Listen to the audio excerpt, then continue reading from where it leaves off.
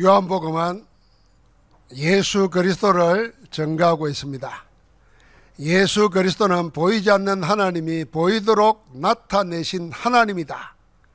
이렇게 요한복음 1장 14절에 증거하셨습니다. 육신을 입고 오신 하나님인 예수 그리스도는 하나님 나라의 복음을 증거했습니다. 메시지를 통해서 하나님 나라를 가르치시고 수많은 표적을 행하여서 이 세상에 임한 하나님 나라를 보여주었습니다. 병든 자를 고치시고 귀신에 시달린 자를 살리시고 굶주린 자들에게 배불러 먹게 하시고, 이게 전부 다 예수 그리스도로 임한 하나님 나라를 보여주는 표적이었습니다. 여러분과 내가 지금 어떤 고민과 염려에 시달려 가지고 잠을 못 자고, 그래 그것 때문에 불안하고 우울하고 나중에는 개인적인 삶도 안 되어지고, 이게 지금 빛을 잊어버리고 있는 거거든요. 거기에 그리스도가 빛으로 오셔가지고 회복되는 것, 그게 그리스도로 임한 하나님 나라를 보여주는 겁니다. 지금도 예수 그리스도께서는 하나님 나라를 이런 표적으로 우리에게 보여주시기를 원하고 계십니다. 그래서 우리를 보고 내 이름으로 기도하라 한 것입니다. 그리스도께서 짧은 3년의 공생의 기간 동안 하신 일은 헤아릴 수 없을 정도로 많습니다. 그래서 오늘 요한복음 마지막에 이렇게 기록하였습니다. 21장 25절에 예수께서 행하신 일이 이 외에도 많으니 만일 낱낱이 기록된다면, 하나도 빠짐없이 기록해 놓는다면 이 세상이라도 그 기록한 책을 두기에 부족할 줄 아노라 그랬습니다. 예수님이 하신 일들을 다 기록해 놓으면 이 세상도 그 책 다 보고 못할 정도로 부족하다는 겁니다. 세상은 그렇게 작습니다. 하나님은 그렇게 크십니다. 그래서 하나님은 우리에게 꼭 필요한 것을 골라서 기록으로 남겨놓았습니다. 그게 성경입니다. 이 성경의 목적이 뭐냐? 요한복음 20장 31절에 이렇게 말했습니다. 오직 이것을 기록하면 너희로 예수께서 하나님 아들 그리스도이심을 믿게 하려 함이요, 또 너희로 믿고 그 이름을 힘입어 생명을 얻게 하려 함이니라. 성경의 목적은 두 가지입니다. 하나는 예수가 그리스도이심을 믿게 하려는 것입니다. 여러분과 내가 복음을 듣고 예수님이 모든 문제를 해결하신 그리스도이심을 믿으면 성경의 목적이 이루어진 겁니다. 또 하나는 예수 그리스도를 믿는 우리가 그 이름을 힘입어서, 예수 그리스도의 이름을 힘입어서 생명을 얻게 하려고 그랬습니다. 이게 성경의 목적입니다. 그럼 우리가 이 생명을 잘 생각해야 됩니다. 우리가 지금 살아있죠. 생명을 가지고 있습니다. 그 생명은 가지고 있는데 살아갈 힘이 없어요. 이거는 생명이 아닙니다. 눌리고 시달리고 불안하고 염려하고, 그래 해결이 안 되니까 짜증나고 근심하고, 이게 지금 생명 가지고도 사는 게 아니에요.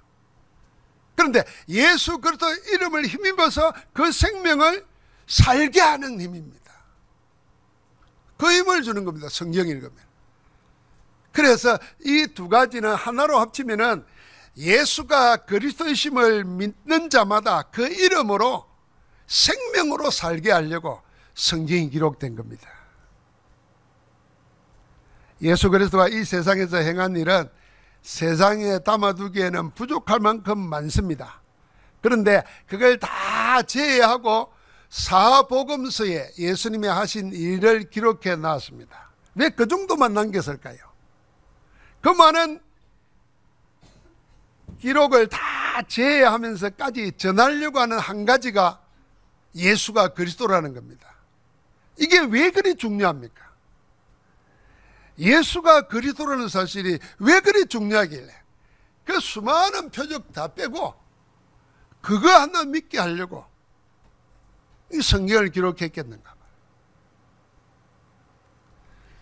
우리 인간은 태어나서 교육을 받고 자랍니다. 행복하게 살기 위해서 가정을 꾸리고 직업을 가지고 일을 하고 삽니다. 나이가 들어서는 자손을 통해서 즐거움을 얻으면서 인생의 여유를 누리고 살고자 하는 게 우리 인생살이입니다. 일평생 사는 동안에 헤아릴 수 없는 희노애락의 온갖 일들을 겪으면서 혹은 좌절하기도 하고 절망하기도 하지만은 결코 이겨내며 생을 유지해 갑니다.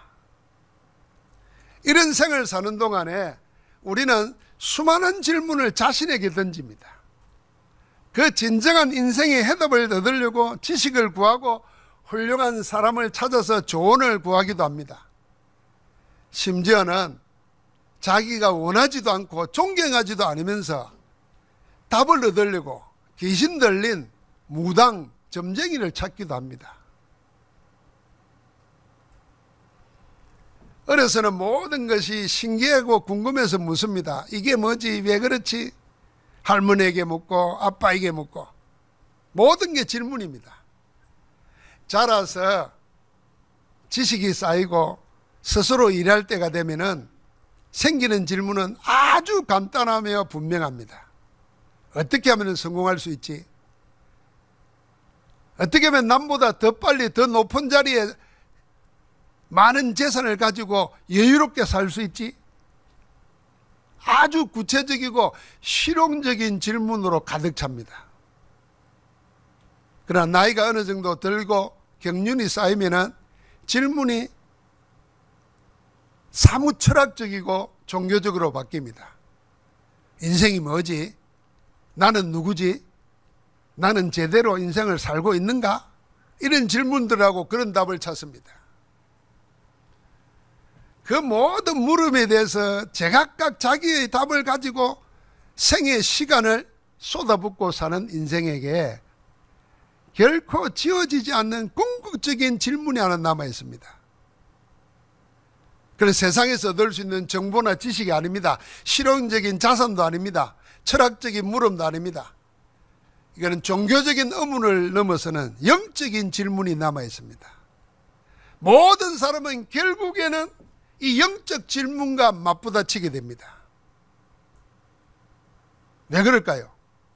인간은 다른 피조물과 달리 영적 존재이기 때문에 그렇습니다. 영적 질문은 감각이나 본능이나 경험에 의해서 체득되는 지식으로 답을 얻을 수가 없습니다. 인간을 영적 존재로 창조하신 성삼위 하나님이 답을 줄 수 있는 존재의 근원적인 의문이 인생에게 남아있는 유일한 의문입니다. 삼성그룹을 창업한 고 이병철 회장이 1987년 죽기 직전에 가톨릭 신부에게 24가지 질문을 종이 넉 장에다가 적어가지고 보냈다고 합니다. 그냥 갑자기 생긴 질문이 아니라 오랫동안 숙고한 뒤에 인간과 신에 관한 근본적인 질문입니다. 그게 세상에 공개돼서 책으로 나왔습니다. 그 제목이 백만장자의 마지막 질문입니다. 이병철 회장은 인간 세상사에 이해되지 않는 부조리한 일에 대해서 많은 질문을 했습니다. 특히 종교와 관련해서 이해할 수 없는 의문들이 많았습니다. 이런 거예요. 왜 안 믿는 사람보다 믿는 교인들 중에 범죄자가 더 많은가? 물어볼 수 있잖아요. 공산주의하고 천주교는 정반대인데 왜 천주교인이 많은 국가가 공산화되었는가? 북유럽이 그랬잖아요. 그런 질문들, 그 중에 인간, 특히 영혼의 궁극에 관한 질문들이 있습니다. 신은 과연 존재합니까? 무엇으로 그걸 증명할 수 있습니까? 하는 것에서부터 시작해서 신이 있다면 왜 인간에게 고통이 있고 불행이 있고 죽음이 있습니까? 하는 것까지 궁금해했어요. 나중에는 아주 구원에 가는 질문도 했습니다. 예수님이 우리 죄를 대신해서 죽었다는데 우리 죄가 뭡니까? 인간의 죄라는 게 뭡니까? 영혼이 뭡니까? 죽으면 끝이 아닙니까? 죽고 난 다음에 내세는 정말이 있습니까? 있다면 누가 천국에 들어갈 수 있습니까? 이런 질문까지 했어요. 여러분과 내가 이병철 회장처럼 돈 많았으면 이런 쓸데없는 질문들을 했겠어요? 잘 먹고 잘 살다가 잘 간다 이랬겠지. 근데 이분은 궁극적인 질문이 영적 질문으로 나간 겁니다. 사람은 누구나 결국에는 한 번쯤 물어볼 수밖에 없는 질문이 영적인 것에 가는 겁니다. 이게 우리 인생의 마지막 질문입니다. 여러분, 이병철 회장이 한 질문보다 쉽게 답을 얻지 못하는 더 구체적인 상황의 질문이 우리에게는 있습니다. 여러분, 그런 생각 안 해보셨습니까? 왜 우리 집안에는 저주재앙이 끝도 없이 계속되는가? 아버지가 가난한데 내가 가난하고, 내 후대도 가난할 것 같으니까 아예 결혼도 안 해버리고, 왜 자식에게까지 선조의 문제가 계속되고 있는가? 왜 무당인 어머니처럼 되기 싫어서 먼 외국으로 도망치듯이 이민을 갔는데 거기서도 신병이 걸려가지고 원치 않는 무당이 되는가?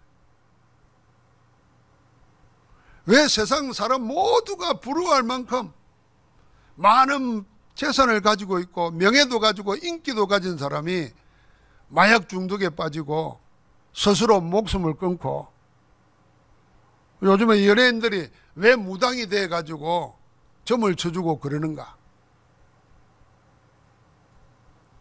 왜 세상에 법 없이도 살 만큼 착하고 깨끗한 사람이 더 괴로움 당하고 더 어렵고 힘들게 사는가? 이런 의문은 우리 각자에게도 수도 없이 많습니다.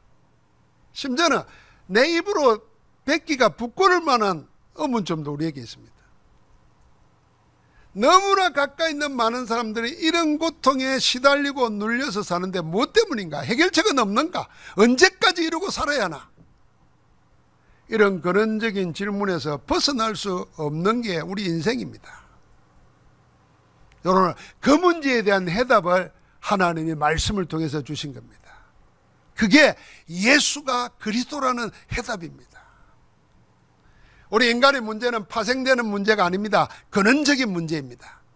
모든 문제의 근원은 하나님의 형상으로 지음받은 인생이 하나님 버리고 떠난 데서부터 시작되었습니다. 그걸 원죄라고 그럽니다. 내하고 상관없이 주어진 죄입니다. 내가 짓지 않았는데도 내 것이 되어 있는 것, 그게 원죄입니다. 이 원죄로부터 인간의 다른 모든 죄, 범죄가 시작됩니다. 그 죄로 인해서 저주, 재앙이, 고통과 재난이 밀어닥치는 것입니다. 인생이 당하는 모든 문제가 바로 원죄부터 오는, 그 죄로부터 오는 저주, 재앙입니다. 인생은 이 괴로움과 어려움과 외로움 등에서 벗어나려고 발부둥을 치는데 이게 벗어날 수가 없습니다. 그 영적 실체, 그 원인과 해답을 밝히는 것이 하나님의 말씀, 성경이고 핵심이 복음이라는 것입니다. 그래서 여러분, 내가 그냥 교회 다니면 안 돼요. 그건 절에 다니는 거나 무당 찾아가는 거나 똑같은 그 종교입니다. 그래서 우리는 교회를 그냥 다니지 말고 하나님의 말씀의 목적대로 복음 안에서 모든 문제에 대한 해답을 가지고 살아야 되는 겁니다. 그 해답이 그냥 답이 아니고 내가 살게 되는 힘이고 남을 살리는 생명의 능력이 되어야 되는 겁니다. 그러기 위해서 말씀이 우리에게 주어져 있는 겁니다. 성경에는 우리를 죄를 짓도록 속이고 하나님 떠나서 영이 죽은 자로, 죄와 사망의 법, 운명 아래 운명에 갇힌 자로 만든 사단의 12가지 계략이 나옵니다. 그게 창세기 3장의 나 중심, 6장의 육신 중심 네피림, 11장의 하나님 자리를 넘보는 내가 하나님 되는 성공 중심, 이렇게 하나님을 버린 인생에 닥친 영적 문제를 해결할 길이 없습니다. 그래서 사단의 뜻을 파놓은 데 걸려드는 겁니다. 그게 무당 찾아가는 것이고 점치는 것이고 온갖 귀신 문화에 사로잡히는 겁니다. 여러분 요즘 어디 관광지나 포항에도 바닷가 가보면 타로 점치는 사람이에요. 타로. 그 젊은 아이들이, 젊은 청춘 남녀들이 거기 가서 자기 미래를 봅니다. 걔들한테 물어보면 미래 알려고 가지 않아요. 그냥 재미로 간다 그래요. 근데 갔다가 자기의 과거에 대한 걸 알고 있으면 그게 확 사로잡힙니다. 그때부터 이 친구는 계속 점을 찾게 됩니다. 그러다가 사단에게 잡히는 거예요. 그래서 사단이 파놓은 덫이라는 겁니다. 걸려드는 겁니다. 그게 문화예요. 사람들은 어려움이나 불안에 잡혀서 계속 망하는 쪽으로 몰려갑니다. 그래서 벗어날 수 없는 운명의 올무에 걸려서 시달리고 고통당하고 삽니다. 그게 불신자들이 인생을 사는 모습입니다. 하나님은 우리 인생의 근원적인 문제, 죄를 해결하기 위하여 미리 언약을 주신 것입니다. 우리의 모든 죄로부터 해방하고 구원하여 영생을 얻게 하기 위하여 메시아를 보내겠다고 약속했습니다.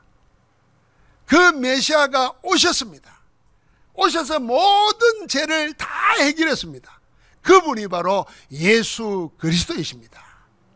예수가 그리스도란 말은 우리의 모든 죄, 사단이 만들어 놓은 함정 올무틀, 그 운명, 그 저주 재앙에서 모든 죄를 해결해 버리시고 우리를 하나님의 자녀 되도록, 하나님의 생명 누리도록 길을 열어주신 줄 믿습니다.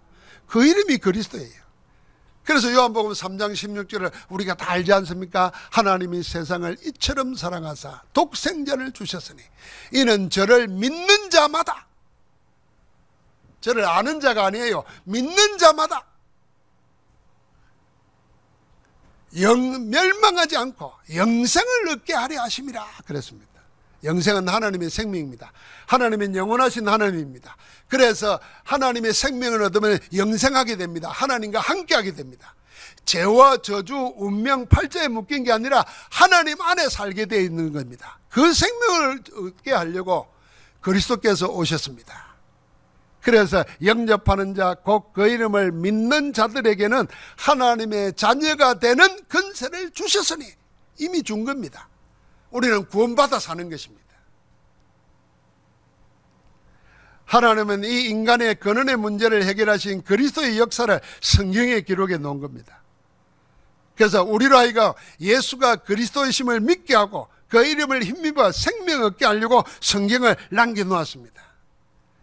하나님은 성경을 통해서 친히 성령으로 예수가 그리스도이심을 증거하셨고 지금도 증거하고 계십니다. 그래서 말씀하지 않습니까? 요한복음 5장 24절, 내가 진실로 진실로 너희에게 이르노니 내 말을 듣고 나 보내신 이를 믿는 자는, 그랬습니다. 여러분과 내가 예수 그리스도의 말을 어떻게 듣습니까? 기록된 성경을 통해서, 증거되는 복음 메시지를 통해서, 여러분과 내가 전하는 그리스도를 통해서 주의 말씀을 듣게 되는 겁니다. 이 말씀을 듣고 나 보내신 하나님을 믿는 자는 영생을 얻었고 심판에 이르지 아니하나니 사망에서 생명으로 옮겼느니라. 우리의 과거, 현재, 미래 문제를 단번에 영원히 해결하신 말씀인 줄 믿습니다. 사망에서 생명으로 옮겨버렸어요. 이미 사망의 몸, 사단의 몸, 저주 재앙의 몸, 타고난 운명 팔자의 몸에서 우리를 생명으로 옮겨버렸어요. 그래서 우리는 지금 영생을 가졌어요. 하나님 우리와 함께 하세요. 그래서 앞으로 미래에 우리는 지옥 심판 받지 않는 겁니다. 죽어서만 아니라 여러분과 내 미래는, 내 내일은, 내 조금 이후는 뭐예요? 심판이 아닙니다. 하나님과 함께하는 즐거움이고 기쁨이고 축복인 줄 믿습니다. 한번 같이 합시다. 예수 그리스도는 과거, 현재, 미래 문제 완전 해결하셨다. 믿어지시기를 바랍니다. 여러분과 내 죄를 주님은 사하셨습니다. 지금 우리와 함께 하십니다. 앞으로 영원히 우리를 인도하실 것입니다. 그래서 우리에게 아무것도 두려워하지 말라는 겁니다. 내가 세상에서 환난을 당하나 담대하라. 내가 세상을 이겼노라. 성삼위의 하나님께서 성경을 통해 계시하신 말씀의 핵심이 예수 그리스도와 여러분과 나의 생명입니다. 그래서 우리는 성경을 읽을 때마다 기억하고 읽어야 됩니다. 우리는 하나님의 말씀인 성경을 통해서 예수가 그리스도라는 것을 알고 믿으며 그 이름으로 죄와 저주에서 해방되고 하나님의 생명, 영생, 구원을 얻게 되는 것입니다. 유대인들은 이걸 알면서도 예수 그리스도에게 나아오기를 원하지 않았습니다. 성경을 영생을 얻는 줄 생각하고 읽으면서도 정작 영생을 주시는 그리스도를 못 알아보고 그리스도께 나오지를 않았어요. 그러니까 알면서도 못 얻는 겁니다. 그래서 유대인들은 저주 재앙을 자초하고 말았습니다. 그러나 하나님의 말씀을 말씀대로 받아 믿는 자들은 모두 이 세상에서 하나님 나라를 누리고 살았습니다. 그래서 우리는 하나님의 말씀인 성경을 목적하신 대로 그대로 믿으면 됩니다. 여러분, 성경 어디에나 예수 그리스도가 나옵니다. 구약에는 예언된 그림자로 나와 있습니다. 그래서 여러분, 감춰진 데서 그리스도를 발견하면은 여러분, 나에게 하나님 주시는 기쁨이 넘칩니다. 여러분, 방주가 그리스도예요. 성막이 그리스도예요. 강야에서 높이 들린 높뱀이 그리스도예요. 그 전부 다 나타나는 형편을 보십시오. 강야에 불뱀이 물려서 죽어가요. 그런데 하나님의 법이 뭡니까? 하나님이 살 길을 달라니까 구리뱀을 만들어서 장대에 높이 달아라는 거예요. 쳐다본 적 살리라 그랬어요. 그게 그리스도를 말하는 거예요. 구약에서 성막에서 그리스도를 만납니다. 방주에서 그리스도를 봅니다. 그 그리스도가 육신을 입고 우리한테 오셨습니다. 말씀을 남겨놨습니다. 그 말씀의 흔적으로 교회가 있고 그 속에 내가 있습니다. 이걸 알면 알수록 그리스도의 생명의 역사가 일어나는 거예요. 그래서 세상에 재밌는 게 뭔지 압니까? 예수 믿는 재미예요. 얼굴 펴시기 바랍니다. 예수 믿는 재미가 얼마나 좋은 줄 압니까? 나는 낚시가 재밌는 줄 몰라요. 그런데요, 낚시 좋아하는 분들 보면은 세상이 그것과 바꿀 수 없다네. 또 어떤 목사님이 그러더라고요. 미국에 가보니까 사람이 하는 모든 스포츠 중에 제일 좋은 쾌감이 뭐냐면 사냥하는 거라네. 이 사냥을 또 맛보면 미친다네. 죽이는 게 뭐 그리 재밌는지 하여튼 그렇대요. 그런데요, 그 재미보다 더한 거, 이 성경 66권에 담겨있는 예수 그리스도를 찾아내서 그분을 만날 때, 그 안에 주신 축복을 내가 받아서 누릴 때, 그게 간념이 아니고 실제로 내 인생을, 내 육신을, 내 삶을 바꾸는 걸 느낄 때, 이게 춤을 출 일이에요. 할렐루야. 다윗은 언약궤가 돌아올 때 이걸 알았던 거예요. 그래서 왕인데도 채신을 무릎에 붙이고 속옷이 벗겨질 줄도 모르고 막 춤을 췄던 거예요. 여러분, 왕이 춤을 추겠습니까? 그 그리스도가 자기에게 돌아오는 것이 너무 기뻤던 거예요. 이걸 모르는 여자가 있었어요. 그게 사울의 딸이고 자기 부인이에요. 육신적으로 보는 거예요. 왕이 채신머리 없이 저 쓸데없는 여자들 앞에서 속을 드러냈다면서. 그 저주 때문에 평생 아이를 가지 못했어요.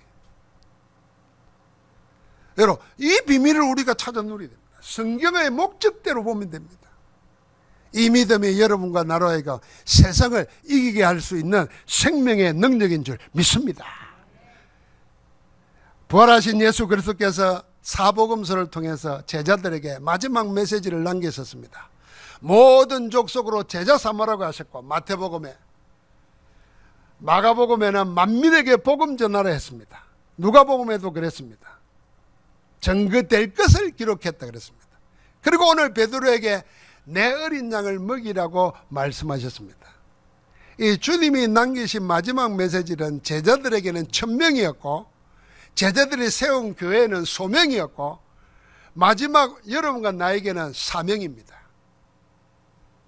주님이 남기신 마지막 부활의 메시지가 우리에게는 미션이라는 거예요. 주님이 부활하신 후 40일 동안 증거한 하나님 나라와 그 일이 이 속에 다 들어있습니다. 초대교회는 이 마지막 메시지를 언약으로 받아서 여기에 집중했습니다. 성령의 역사를 따라서 예루살렘에서 아시아로, 아시아에서 마게도냐로, 마게도냐에서 로마로 가는 이정표를 남겨놓았습니다. 이 세계복음화의 망대와 여정이 오늘 우리에게는 세 가지 뜰을 가진 교회의 사명으로 주어진 겁니다. 이 주님의 마지막 메시지를 실현하는 이정표가 세 가지 뜰을 가진 성전사역입니다. 그래서 세 가지 뜰 성전사역, 주님의 마지막 메시지를 우리에게 요약하면은 세 가지 뜰 사역으로 나와 있다 그 말입니다. 그 첫 번째가 이방인과 237 5천 종족의 뜰입니다. 여러분, 성전 안에는 이방인이 와서 기도할 수 있는 뜰이 있었습니다. 또 성전은 만민을 위하여 기도하는 집이라고 그랬습니다.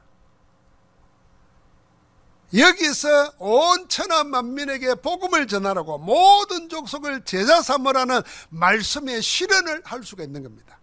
교회 안에 그게 있어야 돼요. 여러분, 오늘 우리 교회 안에 이베 자매는 아이를 출산으로 카메룬에 돌아갔다가 다시 오시고, 오늘 케냐에서 오신 에드나 자매님이 또 오셨어요. 이게 다 이제 우리 교회가 237 5천 종족이 예배할 수 있는 공간과 예배할 수 있는 마음의 준비가 다 갖추어져야 돼요. 그게요, 세계복음화의 응답을 미리 내가 받는 겁니다. 오늘 오후 예배는 우리가 237 5천 종족 선교위원회를 발족합니다. 그 안에 지금 연결된 하나님이 허락하신 내 나라를 놓고 여러분 여기에 다 들어가시기 바랍니다. 돈 내라는 거 아닙니다. 제발 돈하고 연결시키지 마세요. 여러분 돈보다도 여러분의 기도가 더 좋은 힘이 있어요. 여러분은 돈이 힘이 있다고 생각하죠? 하나님 볼 때는 여러분은 돈 때문에 하나님을 움직이지 않아요. 우리의 기도가 하나님을 움직이는 겁니다. 우리의 마음의 중심이 하나님을 움직이는 거예요. 기도를 모으자는 겁니다. 콜롬비아를 위해서, 미국을 위해서, 일본을 위해서, 필리핀을 위해서 우리가 가야 되는데 우리 대신 우리의 아들, 딸들이 가 있어요. 현지인들이 우리와 함께 하고자 왔어요. 하나님이 주신 문입니다. 하나님이 열어놓으신 거예요. 여기에 내 마음을 싣는 겁니다. 내 마음이 실리면 하나님이 내게 할 수 있는 힘도 주십니다. 물질도 허락하실 겁니다. 할 수 있는 능력도 주십니다. 나중에는 그 땅에 가게 될 겁니다. 거기서 우리 제자에게 복음 전할 겁니다. 왜 우리가 이 꿈을 못 꿉니까? 왜 무능력에, 무기력에, 무의미한 삶 속에 갇혀 있으려고 그럽니까? 이걸 깨뜨려 버려야 됩니다. 박살을 내버려야 돼요. 예수 그리스도 이름으로. 나를 포항 땅에, 나를 이 육신에, 나를 이 오래된 습관에 묶여있게 만드는 흑암의 세력을 꺾어버려야 돼요. 그럼 여러분 한 나라를 정하세요. 기도하세요. 여러분 카메룬 23시간 걸린답니다. 케냐도 그렇습니다. 아프리카 여러분 지금 우습게 생각하지 마세요. 앞으로 발전할 때는요, 아프리카하고 우리 아시아밖에 없어요. 미국과 유럽은요, 인구가 앞으로 늘어나지 않습니다. 늘어나는 나라는 아시아와 아프리카입니다. 지금 아프리카에서 경제가 옛날에 우리 60대 70대처럼 일어나기 시작해요. 왜 중국이 미국에 아프리카에 대해서 자꾸 투자하려는 줄 압니까? 앞으로 일어서게 돼 있어요. 앞으로 남은 데가 아시아예요. 여기는 인구가 더 늘어나요. 인구가 몰리는 곳에 경제도 몰려요. 우리 보고 선교하라고 문 열어주는 거예요. 거기에 내 마음을 싣고 기도하는 겁니다. 한 나라를 놓고, 한 민족을 놓고, 5천 종족을 놓고. 그게 삼뜰 성전의 이방인의 뜰을 회복하는 겁니다. 두 번째는요, 기도의 뜰입니다. 기도는 치유의 뜰입니다. 여러분 마가복음 16장 15절부터 20절 말씀 중에 17절 18절 말씀의 실현이 바로 이 치유의 뜰입니다. 믿는 자들에게는 이런 표적이 따르리니.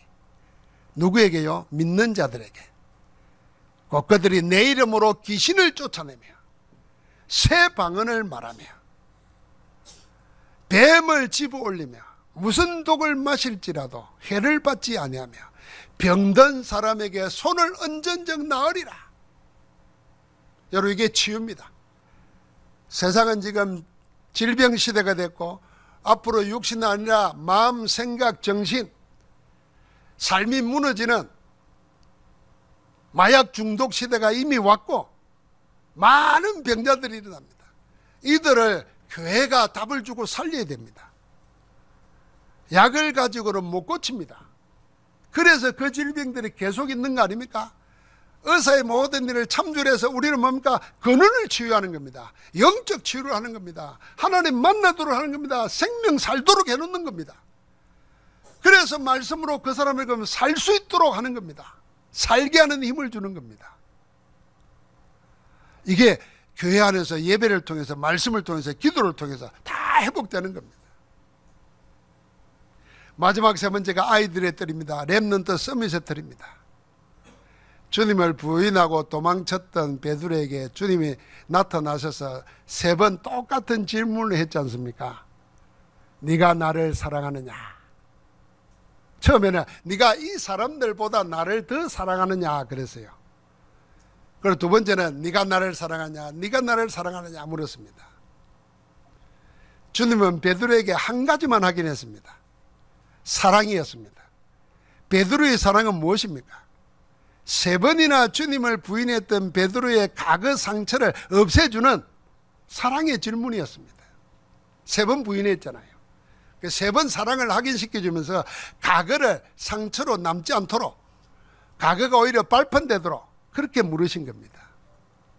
주님의 사랑 그 한 가지를 확인한 주님께서 똑같은 메시지를 세 번 했습니다. 내 어린 양을 먹이라, 내 양을 치라, 내 양을 먹이라. 이제 과거의 상처에 묶여있지 말고 과거를 발판으로 삼아서 한 가지에 올인하는 겁니다. 그게 뭡니까? 어린 양, 렘넌트, 후대 살리라는 겁니다. 2, 3, 7, 5천 종족의 렘넌트가 모여와서 서밋으로 자라는 교회 되게 하라는 것입니다. 여러분, 세 가지 뜰을 가진 성전사역은 그리스도의 마지막 메시지를 언약으로 누리고 이 세상에 하나님 나라를 세우는 말씀 성취의 응답입니다.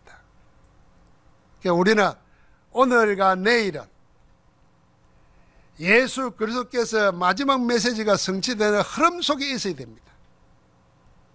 우리 인생의 24, 25 영혼은 말씀 성취의 흐름 속에 있어야 하나님의 생명으로 사는 힘을 누리고 살 줄 믿습니다. 말씀을 마무리하겠습니다. 성경은 영원하신 하나님의 영원한 말씀입니다. 자, 하나님이 영원하죠. 그러니까 하나님의 말씀도 영원합니다. 하나님은 영원하신 하나님이십니다. 그래서 지금도 영원한 말씀은 살아서 역사하고 있습니다. 예수 그리스도가 말씀이십니다. 이 말씀을 기록한 것이 성경입니다. 그래서 이 말씀을 정언하는 것을 보고 메시지라고 하는 것입니다. 그래서 우리가 예수가 그리스도이심을 증거하는 메시지에는 영원하신 하나님의 살아계신 역사가 그대로 나타나게 되어 있습니다. 자, 목사만 메시지하는 게 아닙니다. 여러분이 전도자라면은 다 메시지를 가지고 있어야 됩니다. 그래서 여러분 스스로가 여러분에게 메시지 하십시오. 가수가 노래 한 곡을 취입하기 위해서 몇 번 노래하는 줄 아십니까? 한번 그거 알고 나면 여러분과 내가 까무러질 겁니다. 어떤 유명한 가수는 5,000번 한다는 거예요. 똑같은 노래를. 여러분 5,000번 예수 그리스도 불러봤습니까? 해보지도 않고 예수가 어딨냐 이럽니까? 여러분 시인이 시 한 편을 적으려고, 그 짧은 시 한 권을 적으려고 얼마나 한 줄 압니까? 어떤 시는 그러잖아. 내 평생 이 시를 준비했다 그럽니다. 여러분 우리는 어떻습니까? 여러분이 여러분 스스로에게 메시지를 하시기 바랍니다. 그게 구원의 길이에요. 구원의 길을 자기한테 해보십시오. 주부에 나와 있잖아요. 읽으면서 자기에게 내 영혼에 해보십시오. 내 심령에 해보십시오. 그리스도의 역사가 일어납니다. 영원하신 하나님의 말씀을 말씀대로 받은 사람들이 살아있는 주님의 몸된 교회입니다. 말씀대로 그 말씀 속에서 보좌의 능력이 시공간 초월하여 전무한 응답으로 나타나는 것이 살아있는 교회, 곧 우리입니다. 우리. 그래서 성경은 목적대로 믿으면 됩니다. 말씀은 그리스도이십니다. 말씀은 우리의 생명입니다. 생명의 반대는 죽음, 사망입니다. 살리는 생명의 반대는 죽이는 겁니다. 살게 하는 생명의 반대는 죽는 것입니다. 살았지만은 죽어 있는 사람이 있습니다. 말씀이 생명이란 말은 죽은 나를 살리는 것이 말씀입니다. 우리 잘 알잖아요. 에스겔 37장에 하나님이 한산 가운데 에스겔 선지자를 해골 골짜기로 가게 했어요. 그러니까 이 골짜기에 막 해골들이 막 양쪽에 수도 없이 많아요. 보게 하시는 겁니다. 보이느냐? 봅니다. 이 해골들이 살겠느냐? 그랬어요. 이 말은 이 해골을 보고 뭐냐면 지금 이스라엘이 하나님 떠나가지고 우상 숭배하면서 이렇게 죽어 있다. 살아있는 것 같지만은 사단에게 잡혀서 족노릇하고 있지 않냐? 이게 살겠냐? 이렇게 묻는 겁니다. 주께서 하시나이다 그랬습니다. 그럴 때 하나님 뭐라 그랬습니까? 말씀을 대언하라 그럽니다. 하나님 여러분 생각해 보십시오. 그 빼다구 보고 말씀을 대언하라는 겁니다. 여러분과 내가 뜨면 하나님 도른 거 아닙니까? 이럴 거예요. 아마 말은 그리 안 해도 그렇게 생각할 거예요. 아니 살아있는 거 보고 말했네. 죽은 빼다구 보고 말씀을 대언하라 그럽니다. 나보고 거기 가서 설교하라 그 말입니다. 그런데 에스겔 선지자 알았어요. 뭐라고 하니까 그랬어요. 말씀을 주십시오. 생기야 부르라. 그에게 들어가 살아나게 하라 그럽니다. 생기 하나님의 성령이 들어가서 죽은 자를 그럼 살게 하라는 겁니다. 그 말씀을 대언했더니 생기가 바람처럼 들어가서 뼈가 뼈처럼 부딪히고 그 안에 살이 붙고 핏줄이 생기고 일어나 사람이 되는데 생기가 들어가라니까 하나님의 군대가 되었다 그랬습니다. 환상을 보게 한 겁니다. 지금 죽어있는 자들도 하나님의 말씀이 들어갈 때, 생기의 말씀이 들어갈 때 살아나 하나님의 군대가 된다는 겁니다. 지금 죽은 나에게도 하나님의 말씀이 역사하면 없는 데서 모든 것을 창조하신 하나님의 역사, 생명의 역사, 창조의 역사가 일어날 줄 믿습니다. 그러니까 여러분, 내가 가난한 것, 병든 것, 힘없는 것, 능력 없는 것 그 생각하지 마세요.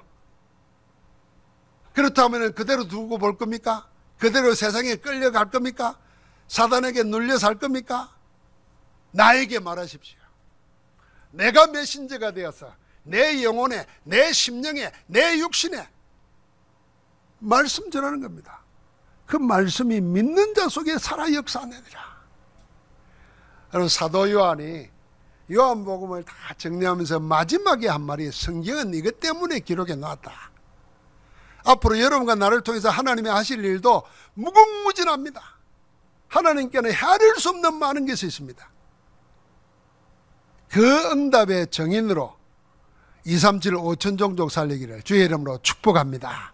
하나님 감사합니다. 우리를 말씀의 정인으로, 영원하신 하나님의 영원한 말씀, 살아있는 말씀의 정인으로 서게 하옵소서. 이 말씀으로 237 5천 정도 후대 살리는 생명의 정인들 되게 하옵소서. 예수 그리스도 이름으로 기도합니다. 아멘.